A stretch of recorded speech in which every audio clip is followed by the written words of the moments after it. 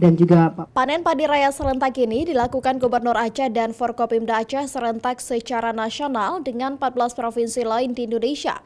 Program ini merupakan upaya pemerintah untuk meningkatkan ketahanan pangan nasional sekaligus memperkuat komitmen bersama dalam mendukung swasembada pangan.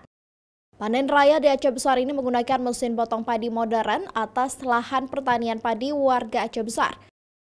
Gubernur yang memimpin panen raya padi di Aceh ini berharap pemerintah pusat juga dapat memperhatikan pembenahan irigasi, distribusi pupuk, hingga bantuan alat-alat pertanian. Kita harapkan pembenahan semua yang dibutuhkan oleh petani. Contohnya seperti irigasi dan juga pupuk dan juga kontraktor yang petani kita butuhkan. Dan kami ini ada Komisi 4 akan segera mungkin dan juga Bapak Pangdam, Pak Bupati akan sama-sama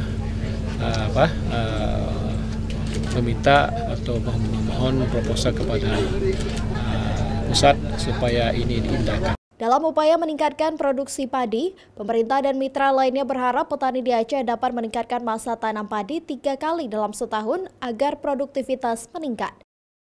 Musajab, Kompas TV, Aceh Besar.